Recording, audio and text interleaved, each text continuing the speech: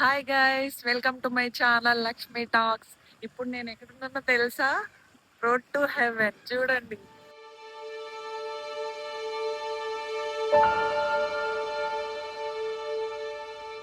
ఇప్పుడే మేము road to హెవెన్కి వచ్చాము. చూడండి అసలు ప్లేస్ ఎంత బాగుందో.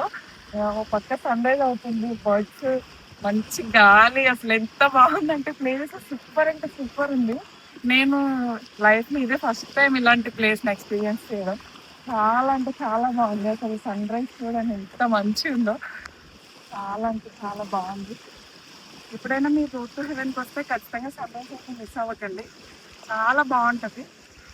7 ఆ టైంకి వస్తుంది. మీరు 6:30 వరకు వచ్చి ఇక్కడ వెయిట్ చేస్తే మంచి సన్ రైజ్ అయితే చూడొచ్చు.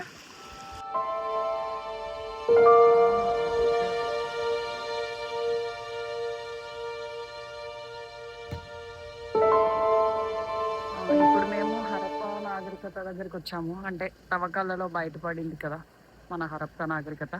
అక్కడికైతే వచ్చేసాము. లోపలికి వెళ్తున్నాం. ఇక్కడ కార్లు పార్క్ చేసుకోవాలి. కార్లు పార్క్ చేసుకున్నాక ఇక్కడ ఇలా లోపలికి ఎంట్రన్స్ అనమాట. లోపలికి ఎంట్రన్స్లోకి వచ్చాక ఇక్కడైతే మన నేమ్స్ తీసుకుంటారు. నేమ్స్ తీసుకున్నాక ఇంకా లోపలికి వెళ్ళి చూడొచ్చు అనమాట. ఏమేం బయటపడ్డాయి పురాతన కాలంలో, ఆ, వాళ్ళు ఎలా నివసించేవారు ఏంటనేది మనకి తవ్వకాల్లో బయటపడింది కదా. అవన్నీ ఇక్కడ ఉంటాయన్నమాట. అవన్నీ మనం చూడొచ్చు. బట్ ఇక్కడ ఓన్లీ ఫోన్స్ అండ్ కెమెరాస్ మాత్రమే అలౌ చేస్తారు.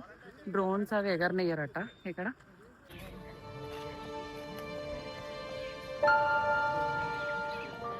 ఇది మ్యూజియం. నేను లోపలికైతే వెళ్తున్నాను, మీకు చూపిస్తాను ఎలా ఉంటుందని మొత్తం.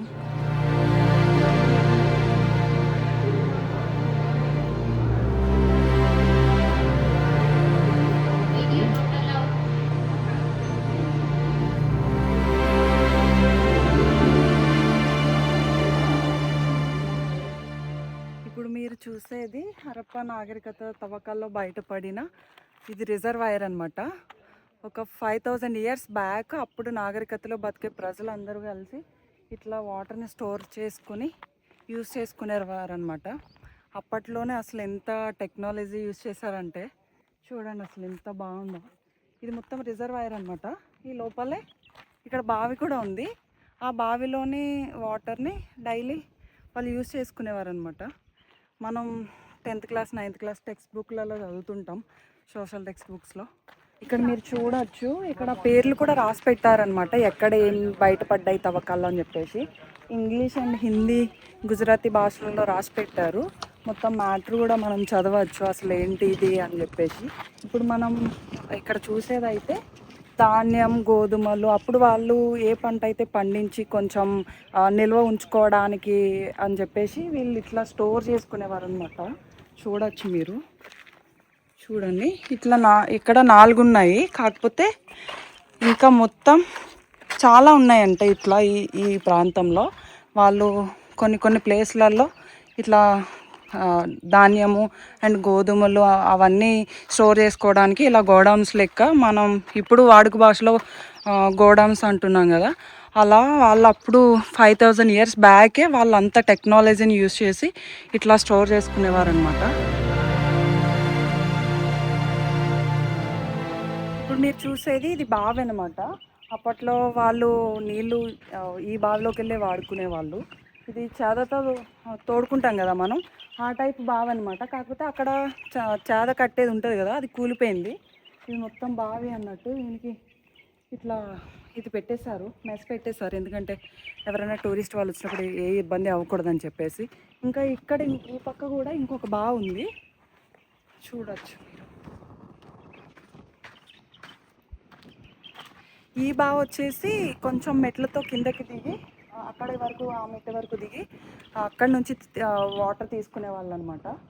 చూడొచ్చు మీరు ఎంత, చూడండి ఎంత లోతు ఉంది. అంటే ఇంకా చాలా కప్పడిపోయి ఉండొచ్చు, చాలా ఇయర్స్ అయింది కాబట్టి.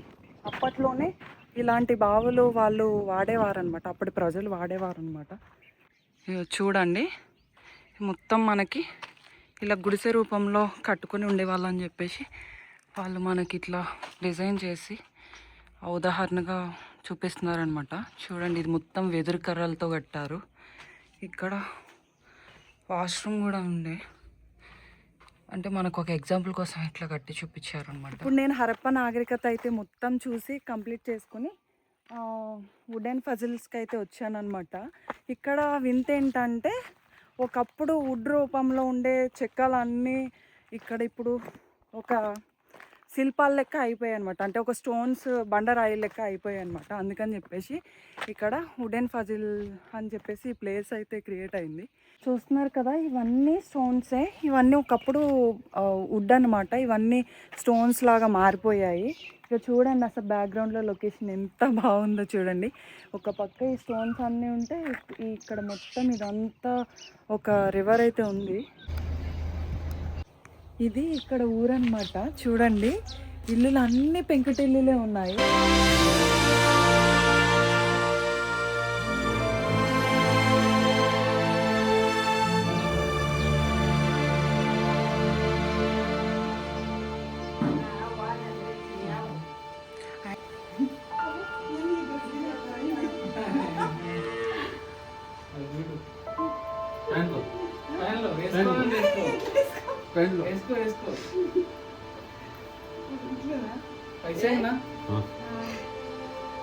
అంకుల్ లోపలికి ఇన్వైట్ చేశారనమాట నన్ను.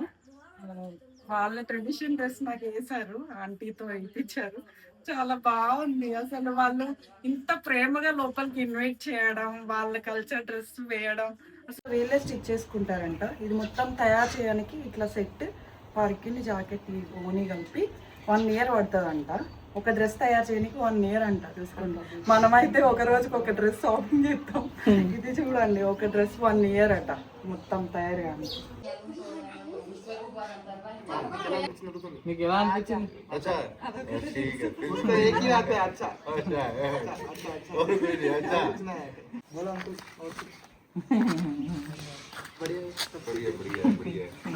आपको मजा आया कि नहीं? मजा आया। धोलावीरा का खाला हम मॉर्निंग से पूरा घूम रहे, मजा नहीं आ रहा, इधर मजा आया। धोलावीरा हिंदी नहीं आता, समझ में आता, समझ भी नहीं आता, समझ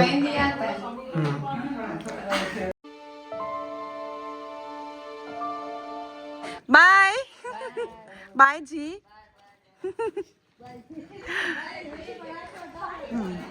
అంకుల్ ఏమన్నా, అంకుల్ ఏమనాలి? अंकुल जी बाय. అంకుల్ జీ బాయ్. నేనైతే ఇక్కడ డోలావీరా విలేజ్ మొత్తం విజిట్ చేశాను.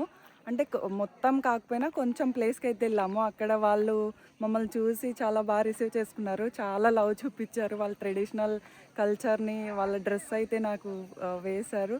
చాలా బాగా అనిపించింది వాళ్ళు మమ్మల్ని అలా రిసీవ్ చేసుకోవడం. ఇంకా అవన్నీ కంప్లీట్ చేసుకున్నాక టీ బ్రేక్ అయితే తీసుకున్నాం. ఆ తర్వాత మేము ఒక ప్లేస్కి అయితే వచ్చాము. అది చూడండి అసలు నా బ్యాక్గ్రౌండ్లో ఒక లేక్, ఒక మౌంటైన్ ఉంది మధ్యలో. ఓ పక్క ఏమో ఈవినింగ్ 7 అయ్యింది, సన్సెట్ అవుతుంది. అసలు కిందికి ఉంది. అసలు ఎంత బాగుందో చూడండి, లొకేషన్ క్రేజీ ఉంది అసలు. మాలాగనే చాలామంది టూరిస్ట్ వాళ్ళు కూడా వచ్చారు. ఈవినింగ్ సన్సెట్ అవుతుంది కాబట్టి అందరూ వీడియోస్ తీసుకోవడంలో బిజీగా ఉన్నారనమాట. అసలు లొకేషన్ అయితే చూడండి ఎంత బ్యూటిఫుల్గా ఉందో. ఒక పక్క సన్సెట్, మధ్యలో ఒక మౌంటైన్, లేక్, అసలు ఆ బర్డ్స్ సూపర్ అంటే సూపర్ ఉందన్నమాట. చూసారు కదా లొకేషన్ అయితే ఎంత బ్యూటిఫుల్గా ఉందో. ఇలాంటి మరిన్ని వీడియోలు చూడడం కోసం నా ఛానల్ అయితే సబ్స్క్రైబ్ చేయడం మర్చిపోకండి. లైక్ చేయండి, కామెంట్ చేయండి, షేర్ చేయండి. మళ్ళీ ఇంకొక వీడియోతో మీ ముందుకు వస్తాను. అప్పటి వరకు బాయ్.